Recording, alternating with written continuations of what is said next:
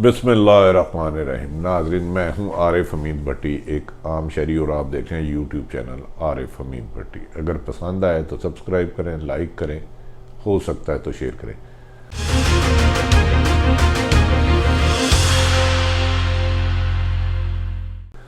नाज़रीन, कल पाकिस्तान के वज़ीर आज़म ने ख़िताब किया। लोगों को बहुत ज़्यादा उम्मीदें थी कि वो वज़ीर आज़म उनकी मुश्किलात का एहसास करते हुए उसके अजाला करने का कुछ ऐलानात करेंगे, लेकिन शायद मुल्क की मुश्किलात की वजह से वो ऐलान ना कर सके। उनके ऐलान के बाद लोग ज़्यादा मायूस हुए। कुछ लोगों का कहना है कि वज़ीर आज़म साहब के पास कहने के लिए कुछ नहीं था, तो वो उन्हें टीवी पे आने नहीं चाहिए था। दूसरी तरफ अपोजिशन इस कोरोना वायरस पर पॉइंट स्कोरिंग में मसरूफ़ है, और तीसरी तरफ सहाफ़ियों को बेरोज़गार करने के लिए, नौकरी से निकलवाने के लिए, एक दूसरों के टीवी पे पाबंदी लगवाने के लिए भरपूर ताकत का इस्तेमाल किया जा रहा है। आज़ादी सहाफ़त को पाँव में बेड़ियाँ, हाथों में हरकड़ियाँ और मुंह में चुप का ताला लगाकर कहा जा रहा है कि आप अपने फ़राइज़ अदा करें। अब देखते हैं कि आने वाले वक्त में मुल्क मज़ीद किस करवट जाता है। नाज़रीन, सबसे पहले तो आ जाते हैं वज़ीर आज़म पाकिस्तान। आप जानते हैं कि तकरीबन 160 ममालिक के कोरोना वायरस के असरात हैं और बेशुमार हज़ारों हलाकतें हो चुकी हैं और लातात इसका शिकार हो चुके हैं।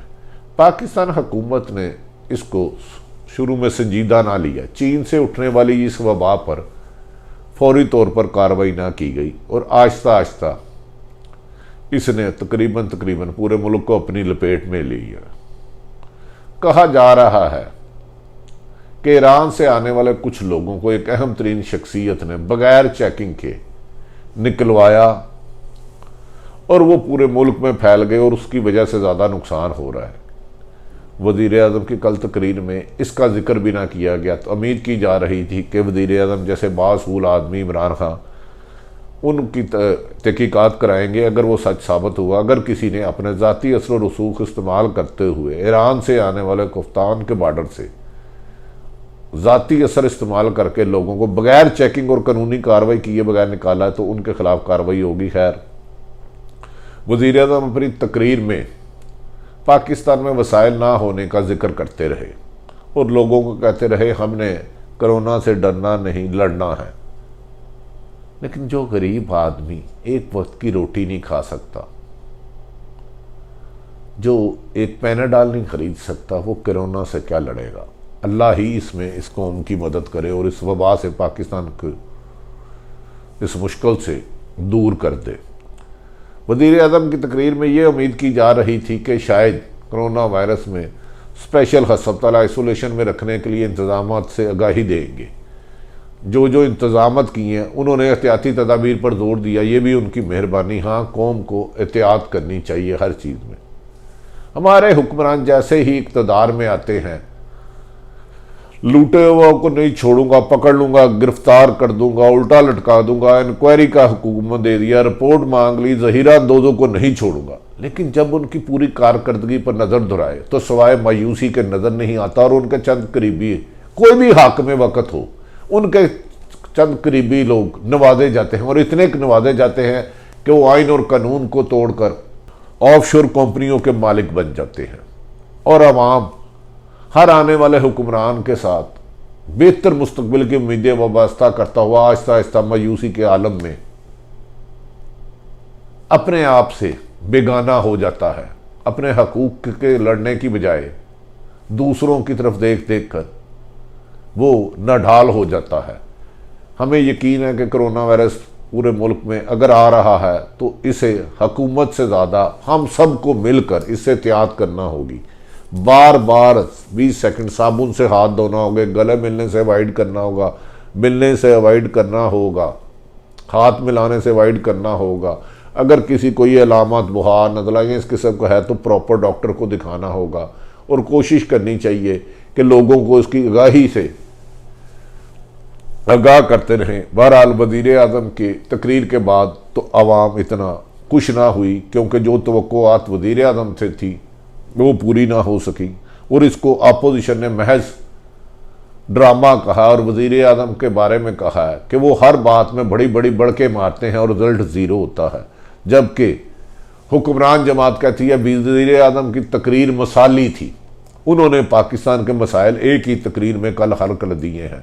ये हुक्मरान वक़्त का मौक़िफ़ और अपोजिशन का बिल्कुल बरक्स है कि इनके पास करने के लिए कुछ नहीं था, बर वक्त कर नहीं सके और आकर झूठी तसल्लियाँ देती रही। लेकिन ये फैसला आप करें कि आपके लीडर ने आपके लिए ठीक किया गलत किया। हाँ नाज़रीन, अपोजिशन में भी बदकिस्मती है। मुस्लिम लीग नून की लीडर तो लंदन की खूबसूरत महल अरबों रुपए में रिहाइश पजीर हैं, वो कोरोना से तो दूर है, लेकिन उनकी टीम के लोग जिस जिसको टाइम मिलता है वो अवाम में नहीं जाते। अब मीडिया में आके हुकूमत की करैक्टर असैसिनेशन की इंतहा कर देते हैं, हर बात में तनकीद करते हैं, सही करते हैं या गलत करते हैं ये भी फैसला आप करेंगे। लेकिन प्रैक्टिकली वो भी आखिर मुंतखब नुमाइंदे हैं, अपने बाद MNA MP बेशुमार मुस्लिम लीग नून से हैं, लेकिन वो भी अमली तौर पर अवाम की खिदमत से बहुत दूर है।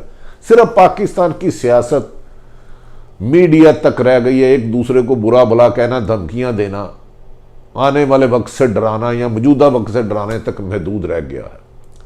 सियासत का ये कल्चर तकरीबन हर सियासी जमात में जा चुका है और अवामी मसाइल के हल की बजाय हर सियासतदान ने दूसरे को टारगेट किया है। कल ख्वाजा आसफ ने खौफनाक बयान दिया कि वज़ीर आज़म के एडवाइज़र की वजह से बहुत ज़्यादा नुकसान हुआ है। ये ख्वाजा आसफ का बयान अहम था, लेकिन इस पर हुकूमत ने तवज्जो ना दी क्योंकि वो ये हुक्मरान है, जबकि वज़ीर आज़म के करीबी हल्के कहते हैं इस वक्त PTI और नून लीग की हुकूमत में एक ही फ़र्क है कि इमरान खान ऑनेस्ट है, लेकिन उनकी ऑनेस्टी के असरात आम शहरियों तक नहीं आ रहे। इस तरफ आ जाते हैं पहले हमारे हर दिल अजीज़ दोस्त आमिर मीर और रऊफ क्लासरा को पाबंदी लगाई गई, नौकरी से निकलवाया गया ताकतवर सियासी हलकों ने, हुक्मरानों ने। अब एक और एंकर को कल ताकत का जोम, तकब्बर का जोम खा गया, हजम कर गया। बाज अदारों के मालिकों को हुक्म जाता है फलां आदमी को नहीं बुलाना, फलां को नहीं बुलाना, वरना आपके टीवी की रेटिंग ज़ीरो कर दी जाएगी, आपको ऑफेयर कर दिया जाएगा, आपको पैमरा नोटिस भेजेगा, आपकी मुश्किलात आएगा।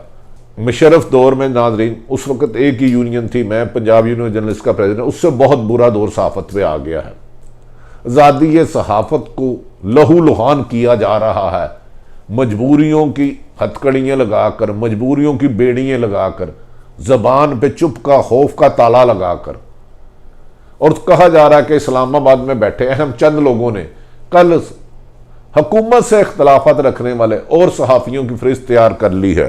पहले उनके मालकान को दबाव में लाया जाएगा कि इनको नौकरियों से निकालें, बर्खास्त करें, इन्हें बेरोज़गार करें, इन्हें इस तस्ती पर ले आए कि ये अपनी आवाज़ भी बुलंद ना कर सके, ये आम शहरियों के मसाइल को उजागर ना कर सके, उनकी निशानदेही ना कर सके, और उसके बाद अपने बंदों को, अपने हम ख्याल बंदों को मुख्तलिफ जगहों पर सेट कराया जाएगा। ना जाने क्यों ये राज़क बन बैठे हैं। ये राज़क नहीं है, रिज़्क़ अल्लाह देता है, लेकिन खैर देखते हैं कि ये इनका जोर कब तक चलता है। नाज़रीन, वर्किंग जर्नलिस्टों ने माजी में हमेशा कुर्बानियाँ दी। हमने कभी ये नहीं कहा कि सहाफ़त को मादर पितर आज़ाद होना चाहिए। हमें अपनी जिम्मेदारियों को एहसास करना चाहिए, किसी के बारे में नाहक बात नहीं करनी चाहिए, मुकम्मल तहकीक के बाद सच आप तक लाना चाहिए। सच हो सकता किसी एक सियासी जमात या हुकूमत या अपोजिशन के ख़िलाफ़ हो, लेकिन वो गलत नहीं हो सकता। हमें इन धमकियों से फ़र्क नहीं पड़ता, हम कुर्बानी देने के आदी हैं। जिसने ऊपर आसमानों से ज़मीन पे भेजा है, रिज़्क़ का फ़ैसला उसने करना है, इज़्ज़त का फ़ैसला उसने करना है, ज़िंदगी का फ़ैसला उसने करना है। इस्लामाबाद में चंद लोग बैठे जो आज हुक्मरान हैं, कल वो पता नहीं कहाँ होंगे, कहाँ नहीं, उनका अपना अंजाम क्या होगा। जैसे माजी में पहले हुक्मरान रहे हैं, जिंदा मिसाल मुशर्रफ की है, वो पाकिस्तान में तशरीफ़ नहीं ला सकते। जरदारी सब कहाँ है, नवाज शरीफ सब कहाँ है। लिहाजा मीडिया पर दबाव डालने की बजाय अपनी कारकर्दगी बेहतर करे कि हर बंदा मजबूर होकर आपकी बेहतर कारकर्दगी की तारीफ़ करे। मीडिया की ज़ाती दुश्मनी नहीं होती, अगर किसी से होती है तो उसे साफ़ी कराने का हक़ नहीं, लेकिन बहरहाल हम में भी खामी है, हम पर चेक होना चाहिए। लेकिन गन पॉइंट पर धमकियों से रेटिंग गिरा देंगे, बढ़ा देंगे, मीडिया बंद करा देंगे, सोशल मीडिया से इस्तेमाल, तो ताकत का इस्तेमाल करके नुकसान पहुँचाएंगे सहाफ़ियों को। ये खुशफहमी आप अपनी ज़रूर पूरी करें, और इंशाअल्लाह ताला अल्लाह ताला जो हक़ है, जो सच के साथ है, अल्लाह ताला उसको कामयाब करेगा। इसमें हम कोई एक दावा नहीं करते। या अल्लाह जो तेरे रास्ते पे चल रहा है तू उसे कामयाब कर, जो तेरे लोगों के साथ ज़्यादती जुल्म करने वालों की निशानदेही कर रहा है तू ही उनसे कामयाब करेगा। हम हुकूमत से फिर मुतालबा करते हैं कि आप सारी कौम के हुक्मरान हैं, खाली PTI के नहीं। आपको पूरी कौम का सोचना है। ज़रूरी नहीं कि कोई आपसे इख्तलाफ कर रहा है तो आपका दुश्मन हो, या अपोजिशन को कोई कह रहा है अपना किरदार सही कर रहा है तो वो अपोजिशन का नुकसान चाहता नहीं। हुकूमत करना सियासतदानों का काम था, है और रहेगा। सहाफ़ियों का काम ना कभी जज बनना है ना थानेदार बनना है, लेकिन हालात की निशानदेही करना जिम्मेदारी है उस पर। कार्रवाई करे ना करे आपकी मर्ज़ी, हम निशानदेही करते रहेंगे, पाकिस्तानी अवाम को सच दिखाते रहेंगे। हमारी दुआ है हुकूमत और अपोजिशन इख्तलाफात की बजाय बाहमी रजामंदी और प्यार से बैठकर कोरोना जैसे वायरस से मुकाबला करें, क्योंकि कोरोना वायरस सिर्फ एक बीमारी नहीं, इससे लाखों लोग बेरोज़गार हो रहे हैं, लाखों लोग बेरोज़गार हो रहे हैं। उनका कुछ करना होगा, हम सबको मिल के करना होगा। हमारा भी फ़र्ज़ है, आपका भी फ़र्ज़ है। हमें यकीन है कि हुकूमत इंतकामी कार्रवाइयों की बजाय अपनी इस्लाह करेगी, और जहाँ सहाफ़ी गलत होंगे उनके ख़िलाफ़ भी कार्रवाई करते हुए उनकी निशानदेही करेगी, ताकि सहाफ़ी हम लोग भी अपनी इस्लाह कर सकें। नाज़रीन, आरिफ हमीद भट्टी आम शायरी का चैनल अगर आप पसंद आए इसको लाइक करें, सब्सक्राइब करें, हो सके तो शेयर करें। हम फिर कहते हैं हमारा किसी भी हुकूमत से ज़ाती इख्तलाफ नहीं होता, इख्तलाफ राय ज़रूर है, उससे इत्तफाक करें या इख्तलाफ करें, ये आपकी ज़िम्मेदारी है। पाकिस्तान जिंदाबाद।